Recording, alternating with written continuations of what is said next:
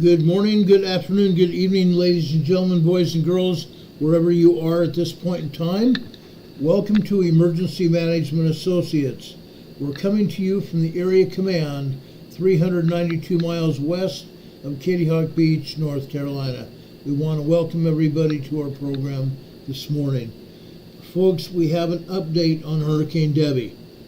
Hurricane Debby reached land late last night, early this morning. I've got a complete update for you at this point in time. Hurricane Debby made landfall in Florida's Big Bend region about 7 a.m. Eastern Time this morning. Okay? There has been some pushback on that with the news media. They said it was last night. It was actually this morning at about 7 a.m. This is what we had forecasted last night with our program last night. The hurricane came out as a Category 1 hurricane. It was a strong Category 1, however. A strong Category 1 with wind speeds in excess of at least 80 miles per hour. That is a strong Category 1 storm. Now, wind speeds of that high have affected most of Florida. Hurricane Debby's center made landfall near what they call Steinhatchee, Florida. I've been in Steinhatchee, Florida before. It brought excess winds of 80 miles per hour, but also a dire threat of flooding and life-threatening storm surges to the Gulf Coast and beyond. Tropical storm conditions have already been affecting Florida, with rainfall totals over 10 inches of rain. There is flooding going on.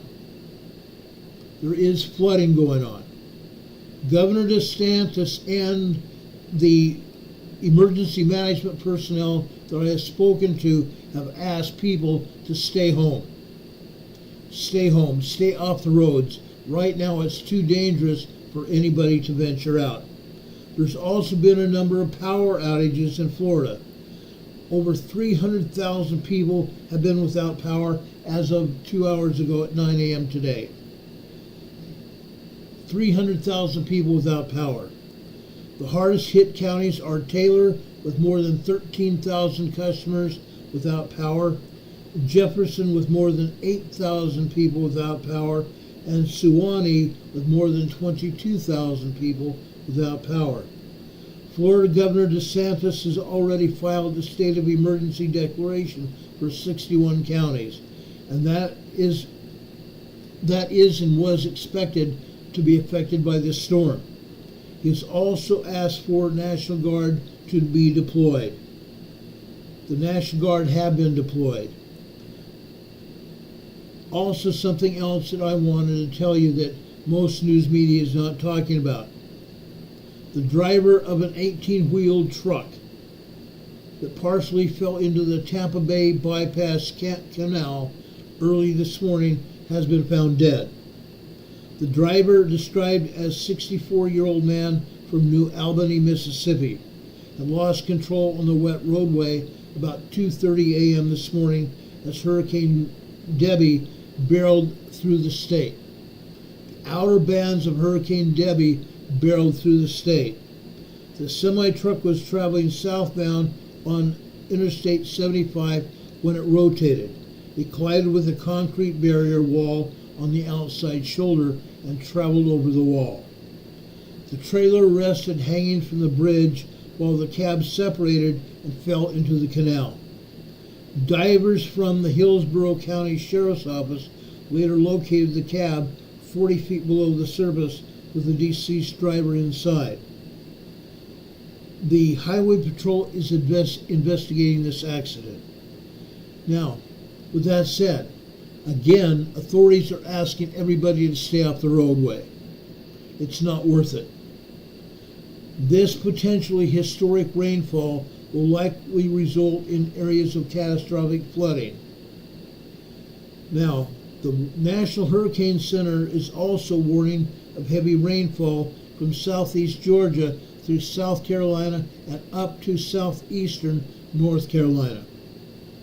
Debby came ashore about 5 miles west of Steinhatchee, Florida, which sits along the state's Big Bend region, where Florida's Panhandle and Peninsula meet.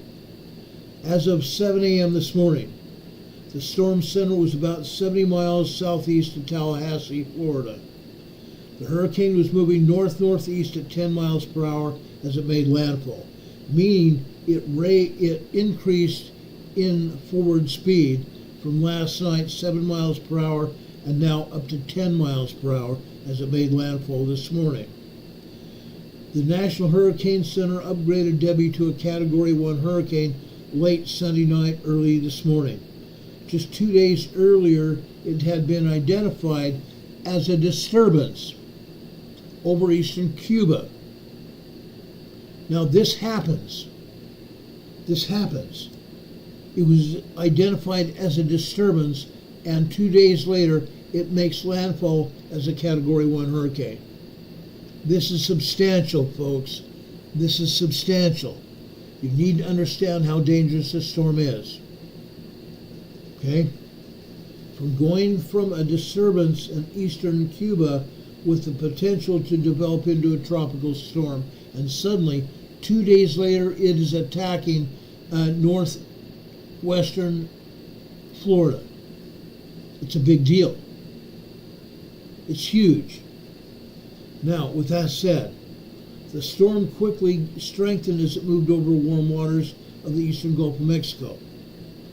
Late last night, the storm moved south into the warmer waters of the Gulf of Mexico, where it allowed itself to strengthen into a Category 1 storm. Prior to that, it was just a tropical storm.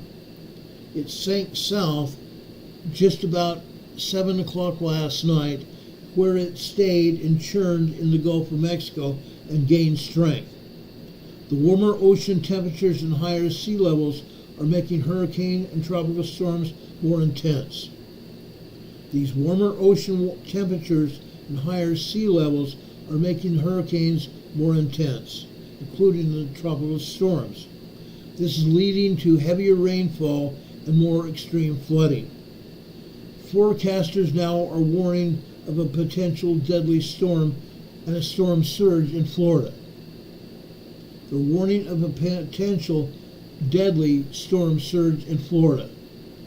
With Debby expected to move slowly over land, it is also dropping heavy rain and likely triggering both urban and river flooding in the southeastern United States. Watches and warnings were issued for hurricane conditions and tropical storm conditions and storm surges. These storm surges were expected to range from 2 to 10 feet in Florida's Big Bend region, from near Tallahassee all the way south to Tampa, Florida. Florida Governor Ron DeSantis held a briefing early this morning that I was privy to.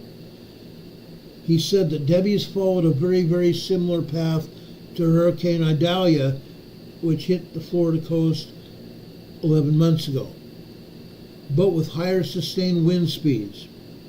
So far, the state has seen significant storm surge, and we've seen inundation. He said, while warning that Debby will likely produce significant flooding events from Sarasota, Bradenton area up to northern Florida. Rainfall amounts could reach between 6 and 18 inches in pockets of central and northern Florida, up to North Carolina through Saturday morning. Okay, that means Georgia, South Carolina, and North Carolina by Saturday morning. Debby is expected to move through Georgia and South Carolina after leaving Florida. Debby is crawling at no more than 10 miles per hour in a north-northeasterly direction. Areas in these states, Georgia, South, and North Carolina, could receive up to at least 10 inches of rain. That's why I'm on the air now. Georgia, South Carolina, and North Carolina could receive at least 10 inches of rain, up to a record of 30 inches through Friday morning.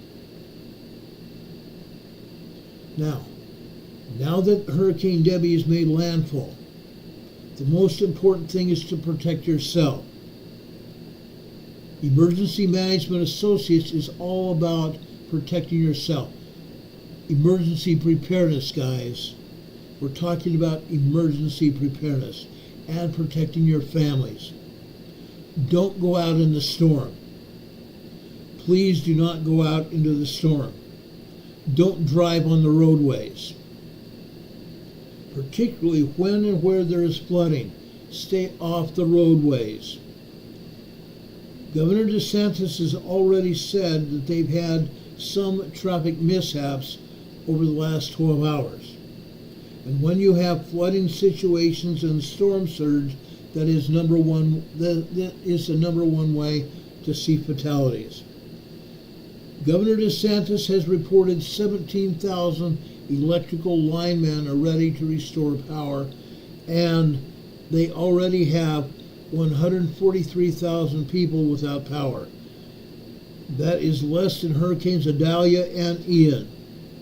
The Florida National Guard is ready to deploy for search and rescue and humanitarian assistance. Several roadways in Sarasota, Florida are underwater, and those roadways are closed as Sarasota has been lashed with heavy rain and rain bands even early this morning. Sarasota police said in a statement that additional officers have been deployed to aid with localized flooding amid a flash flood warning in the area. Sarasota has been lashed with those extended outer bands of the hurricane. All those outer bands have power. Those outer bands are basically lashed in with thunderstorms, and those thunderstorms throw off tornadoes. Sarasota police have put extra officers and reserve officers on the street because of the localized flooding amid the flash flood warning in the area. Local authorities all throughout Florida and the police have urged locals to avoid driving and warn, do not pass the barricades. Do not pass the barricades. Reports through the media late last night showed streets submerged in water and roads turned into shallow rivers. Up to 11 inches of rain have already fallen in parts of Pinellas County on the west central coast of Florida as Hurricane Debby literally roared through the state. More rain bands are on the way. Just because the eye of the storm has crossed through Florida already, the rain bands are still in effect. The rain bands will have heavy rain and storm surge. Everybody needs to be aware of this. This means the county will likely clock over a foot of rainfall. Over a foot of rainfall. Flash flooding and warnings are in effect through at least 8 a.m. today, and they will assess later today if the flash flood warnings will stay in effect past noon today. A storm surge warning is also in effect. Bridges have been shut down because of water issues and high winds. Locals have been warned to stay home for safety. Stay home for safety. Dan Ciarletta from St. Petersburg, Florida, put out this next picture that I'm going to show you. This is wild. This is wild. A catfish floating up his driveway. He saw a catfish in his driveway yesterday as heavy rain inundated the city and turned streets into rivers. Isn't that wild? Because of the heavy storm surge and the rainfall, he had a catfish floating down the road into his driveway. Okay? That's wild. That's wild. Now, I want to show you another picture here before we get off the air. As I said before, this hurricane is not over. It passed through the Panhandle, the Big Bend of Florida early this morning. Right now it's continuing to go through the Panhandle of Florida. By tonight, you will be entering Georgia. You will be entering southwestern Georgia and will literally inundate the state of Georgia. Then by tomorrow about noon, it will reach out and touch South Carolina. The outer bands of the hurricane will reach out and touch South Carolina. After that, the storm will slowly move into North Carolina. You can see where the storm is right now. This graphic was issued by the National Hurricane Center and the National Weather Service early this morning. Now, do you have any questions for me? Sage Pup says, people please stay indoors and stay safe. No trying to surf in your neighbor's yard. Now that's kind of a tongue-in-cheek statement, but Sage Pup is right on the money. Okay? Don't go out surfing at all. Okay? I've seen surfers, dead to right surfers, going out in the water. Don't do it. Don't do it.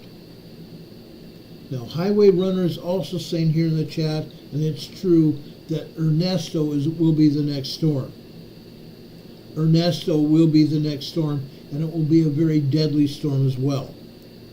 I've done a little bit of research, and the research is showing Ernesto is going to probably do exactly what this storm did. It will be very deadly, and I think Ernesto will be a more powerful storm as well. Richard Smith is saying, how long will it be before the winds get to Nova Scotia? Probably about the beginning of next week and maybe into the middle of the week next week. By that time, the hurricane will hopefully focus more out into the eastern part of the Atlantic Ocean. So it won't be that much of a threat to you in Nova Scotia and the eastern parts of Canada. But it could be. It could be. So everybody needs to be aware of it. You need to keep an eye on the storm. Do not take your eyes off the storm. Joseph Fergura is saying erosion and sinkholes. Absolutely. Erosion and sinkholes. Please, folks, please do not go out into the roadways driving through water. You never know what that will lead to. Sinkholes develop in the roadways. Great big huge holes develop in the roadways as the water undermines the road. You might be driving through the water and all of a sudden your car or truck will sink into the roadway, and it may do what happened with that 18-wheeler truck driver. Okay? All of a sudden you're on the road and the next minute you're in the ocean. Don't do it. Stay inside until the authorities deem it safe to go outside, to go out on the roadways. Stay home. Stay home. Do any of you have any more questions here? Okay? I'm willing to take any questions. I want to say this, and I've said it before. No question is a dumb question. You need to be aware of it. No questions are dumb questions. I want to be able to answer any and all questions right now.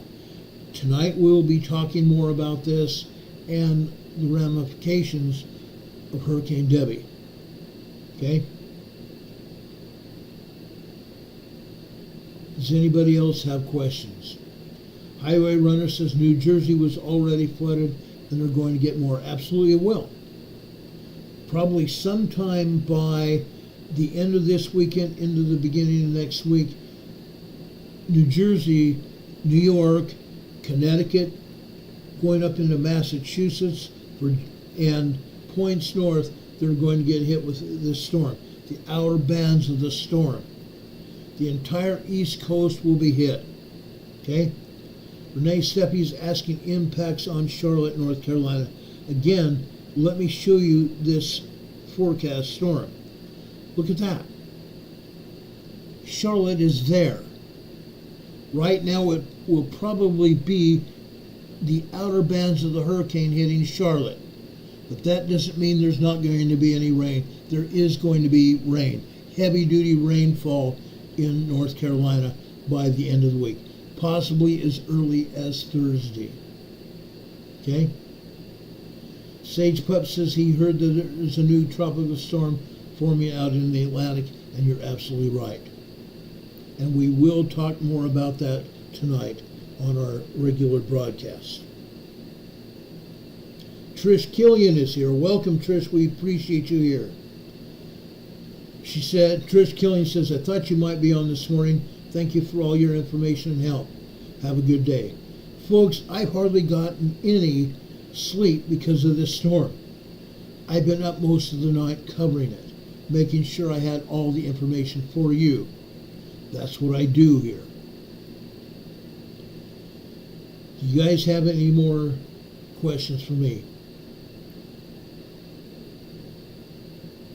You can see the storm coverage throughout the East Coast here, going up into Virginia.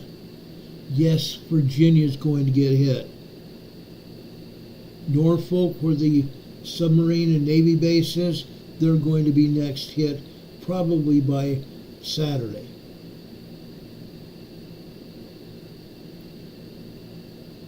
Any other questions? How much rain is Savannah, Georgia projected to get?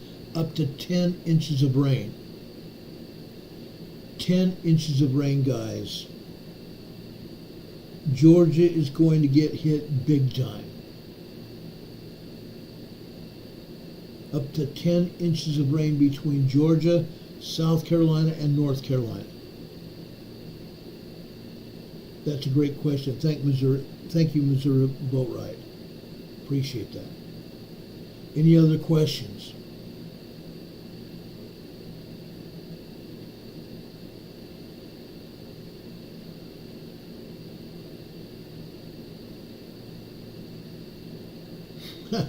Highway Runner says, Ron, you and Carol can go to my house to visit the next storm. Yeah. Carol's saying no. No thanks. She doesn't like hurricanes. Heck, Carol doesn't like anything but snow. Oh, yeah. Okay, guys, if you don't have any more questions, I'm going to get out of here and come back on the air about 6 p.m. Eastern Time this evening. I appreciate all of you being here with us. Please, before you leave, give us a thumbs up if you like the information we gave you tonight or this morning. Give us a thumbs up, and also tell YouTube to make sure that more and more people see this channel. Make sure you stay here on this channel and watch these programs, even from beginning to end if you can. We'd appreciate that very much. Please give us a thumbs up, and also please share this program far and wide. There isn't anything right now that is more important than sharing this program to try to save lives. Joseph Figueroa says, love of the snow, don't get much in Louisiana. No, you guys don't. Occasionally it might get down there a little bit, but all you'll get is a dusting in Louisiana. But we have gotten more snow here in North Carolina. Where I've lived in Colorado, we've seen upwards of 6 to 8 feet of snow during blizzards. In Salt Lake City in Idaho, where I used to live, we got 4 to 10 inches of snow with any one storm. That happens. California, where I used to live in San Diego, we didn't get any. We had to go up to Palomar Mountain to do any skiing or sleigh riding. Palomar Mountain was at a 7,000-foot elevation. That's the only reason they had snow. Anyway, guys, I appreciate you being here. Please join us again here at 6 p.m. this evening with more Emergency Management Associates.